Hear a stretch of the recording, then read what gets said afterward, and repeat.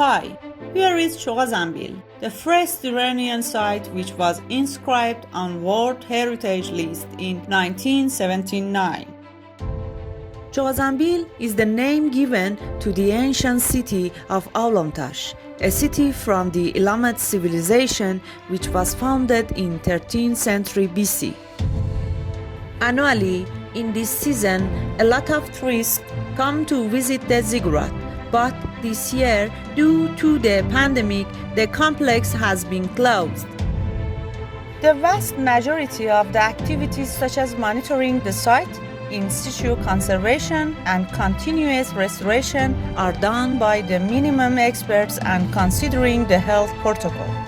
Some other activities such as presenting the site in social media have adopted telework.